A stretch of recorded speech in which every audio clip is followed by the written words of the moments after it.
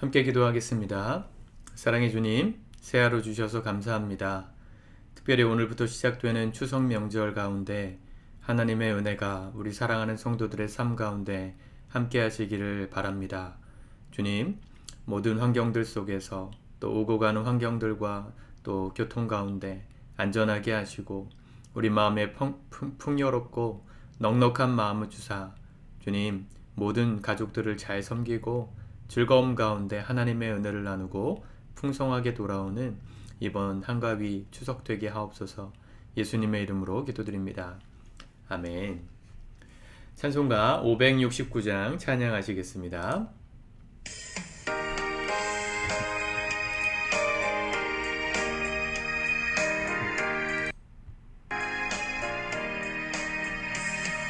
선한 목자 되신 우리 주 항상 인도하시고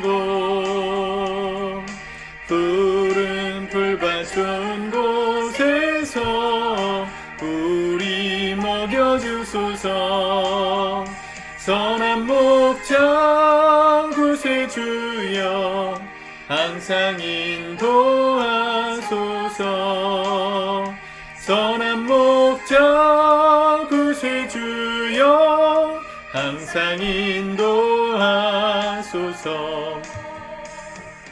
양의 문이 되신 예수여 우리 영접하시고 길을 잃은 양의 무리를 항상 인도하소서.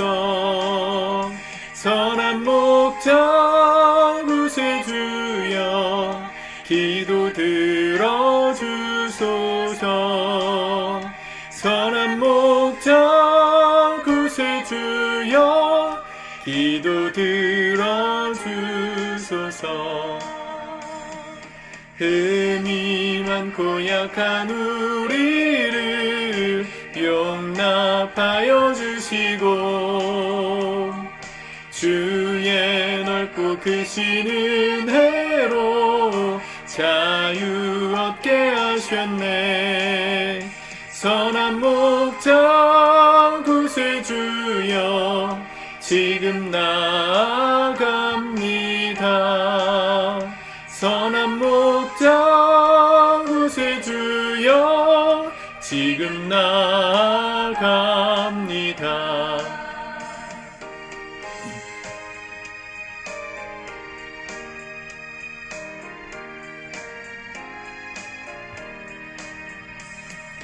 일찍 주의 뜻을 따라서 살아가게 하시고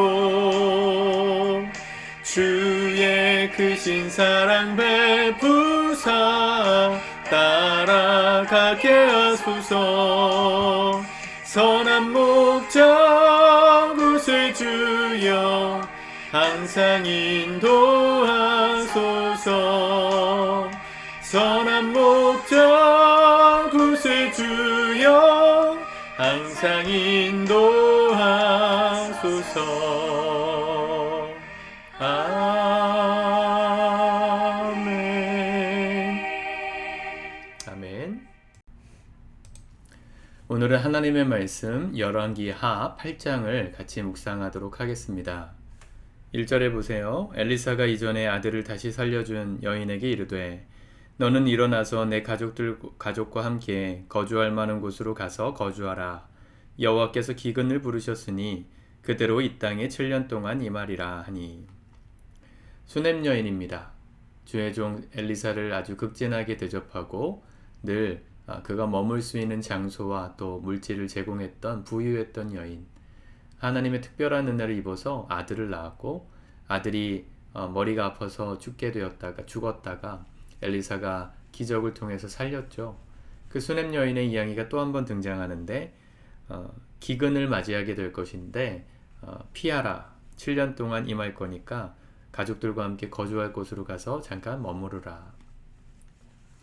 그 바로 전 말씀에서 이 아람이 사마리아 진영을 포위하고 공격 고립시켰을 때 이 물가가 인플레이션으로 엄청나게 뛰고 먹을 것이 없어서 자기 자녀를 잡아먹는 그런 비참한 일들이 이스라엘, 북쪽 이스라엘 가운데 있지 않았습니까? 그런 상황 속에서 그런 기근의 상황들을 미리 이 수넴 여인에게 알려주셨던 것이죠. 그리고 그로 하여금 재난을 피해가게 하셨습니다. 우리 믿는 사람들에게 주시는 특별한 은혜이기도 합니다. 물론 모든 상황 속에서 우리가 고난을 다 피해갈 수는 없을지 몰라도 하나님은 당신의 백성들을 보호해 주십니다. 피할 길을 주시고 살아날 수 있는 방법을 주십니다. 사실은 7년 동안 블레셋에서 기거했다. 2절에 보면 그렇게 얘기하는데 부유했던 가정이니까 이민을 갔었더라도 어려움 없이 살았을 수도 있지만 내가 살던 백그라운드를 벗어나서 어딘가에 정착한다는 건 굉장히 어려운 일입니다. 말이 7년이죠. 우리 교회 이제 개척한 지 만 8년 넘었는데 그 기간이 결코 짧지 않거든요. 그 7년 동안 블레셋에서 생활했었던 것도 사실은 기근을, 재난을 피해가는 일이었지만 쉽지 않았을 거예요. 추석 명절이지 않습니까? 우리가 믿는 가정이든 믿지 않는 가정이든 보통 가족들끼리 있을 때 사소한 말이나 행동 때문에 상처를 받고 또 영적으로 이렇게 확 무너질 때가 있습니다. 여러분 그때마다 꼭 기억하세요. 하나님이 나에게 피할 길을 주실 거다. 지금 이 상황과 이 기분과 이 분위기 속에서도 넘어지지 않을 하나님의 피할 길을 내게 허락해 주소서. 오늘 말씀을 듣고 추석 명절기를 떠나신 우리 성도님들에게 그런 기도가 일어나기를 바랍니다. 그리고 하나님께서 피할 길을 주시고 또 어려운 환경을 지혜롭게 해결할 수 있는, 견딜 수 있는, 또 은혜로 풍요롭게 보낼 수 있는 넉넉한 마음을 주실 수 있기를 바랍니다. 그런 수넴 여인에 대한 이야기가 나오고 또 7절부터 보면 벤하닷, 아람 왕 벤하닷의 이야기가 나옵니다. 이 벤하닷은 지난 말씀에서 보았지만 사마리아 성을 포위하고 고립시켰던 왕이죠. 그 때문에 그 왕 한 사람 때문에 이스라엘은 아주 비참한 지경까지 이르렀었습니다. 하나님의 기적으로 이 아람 군대를 다 쫓아내시고 다시 사마리아 성이 회복됐는데 그 벤하닷의 이야기가 또 나와요. 7절에 보세요. 엘리사가 다메섹에 갔을 때에 다메섹이 이 아람 진영이죠. 다마스커스. 이 시리아라고 하잖아요. 시리아의 수도가 다마스커스. 그렇죠? 다메섹. 바울의 고향이기도 하죠. 거기서 벤하닷이 병들었다. 왕에게 들리기를 이르되 하나님의 사람이 여기 이르렀나이다. 왕이 하사엘에게 이르되 너는 손에 예물을 가지고 가서 하나님의 사람을 맞이하고 내가 이 병에서 살아나겠는지 그를 통해 여호와께 물으라. 어쩌면 그 벤하닷은요 사마리아 성을 포위했다가 한순간에 도망치듯 나와오는 그 상황을 경험하면서 이스라엘을 지키시는 하나님의 그 광대하심, 위엄을 보고 경탄했을 겁니다. 자기가 병에 들렸는데 자기가 믿던 신에게 말하지 않고 엘리사, 하나님의 사람에게 가서 물어보라 그렇게 얘기하죠. 하사엘이 엘리사를 만나서 물었는데 10절에 엘리야가 뭐라 대답해요? 엘리사가 이르되 너는 가서 그에게 말하기를 왕이 반드시 나으리라 하라. 그러나 여호와께서 그가 반드시 죽으리라고 내게 알게 하셨느니라 하고 하나님의 사람이 그가 부끄러워하기까지 그의 얼굴을 쏘아보다가 오니 하사엘이 이르되 내 주에 어찌하여 오시나이까 하는지라 대답하되 내가 이스라엘 자손에게 행할 모든 악을 내가 알미라. 내가 그들의 성에 불을 지르며 장정을 칼로 죽이며 어린아이를 맺히며 아이벤 부녀를 가르리라. 네.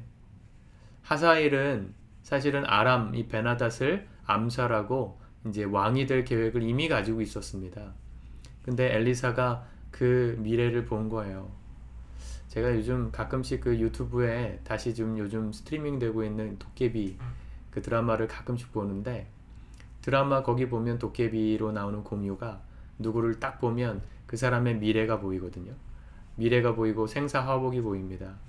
마치 그런 것처럼 엘리사가 이 하사엘을 딱 보자마자 그가 앞으로 어떻게 악독하게 이스라엘 민족을 괴롭힐지 딱 보고 운 거예요. 벤하닷에게는 살아날 거라 말하면서 반드시 죽을 거지만 살아나라고 속이게 합니다. 참 하나님의 섭리는 참 우리가 다 알 수 없죠. 하나님 원래 정직하신 분인데 때로는 이렇게 역사의 이면에서 하나님이 하실 일들을 하십니다. 벤하닷도 나쁜 놈이고 하사엘은 더 나쁜 놈인데요. 하나님은 베나닷을 하사엘의 손에 죽게 하시고 그 하사엘을 통해서 또다시 이스라엘 민족이 고난받게 될 겁니다. 그 미래를 내다보니까 엘리사가 운 거예요.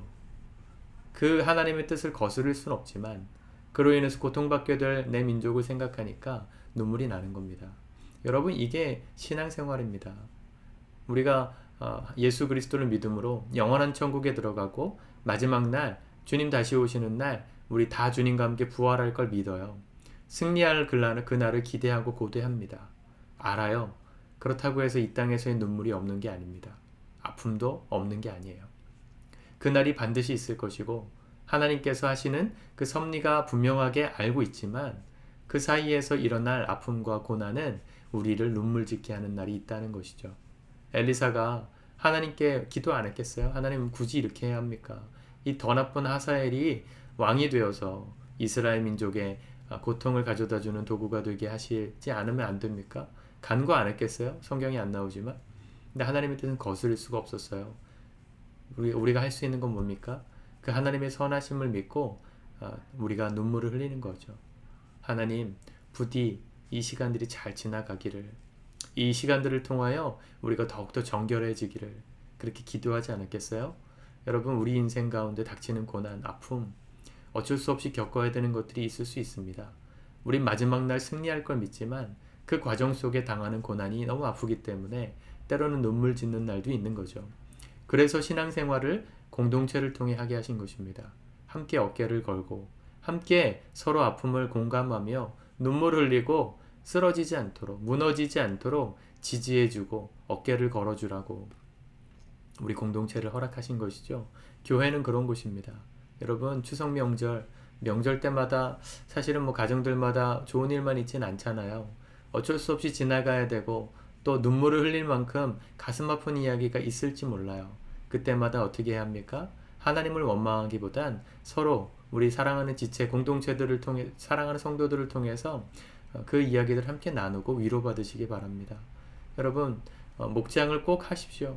이 영상이 금요일 우리 이제 추석 시작되는 날 들으실 텐데 이미 목장 모임 하신 데도 있고 한 주 미루신 분들도 계시겠지만 미루신 목장들은 어쩔 수 없다고 해도 꼭 추석 지나고 목장 모임 하십시오. 그리고 그곳에서 혹시 내게 눈물 나는 일이 있었다면 나누시고 서로 위로받으시기 바라요. 하나님은 서로가 서로의 어깨를 걸어주는 동무가 되라고 우리 믿음의 형제 자매들을 만나게 하신 겁니다. 신앙생활을 함께 해야 합니다. 홀로 할 수 없습니다. 눈물 나는 날이 있기 때문이죠. 여러분, 오늘 말씀을 통해서 이스라엘의 역사에 하나님은 이 역사하셨던 것들을 기록하고 있죠. 유다의 왕으로 여호람이 왕이 되고 또 이 여호람이 죽은 뒤에 아하시아가 왕이 돼요. 재미있는 기록 하나가 나오는데 26절에 보면 아하시아가 왕이 될 때 나이가 22세라. 예루살렘에서 1년을 통치하니라. 그의 어머니의 이름은 아달랴라. 이스라엘 왕 오므리의 손녀이더라.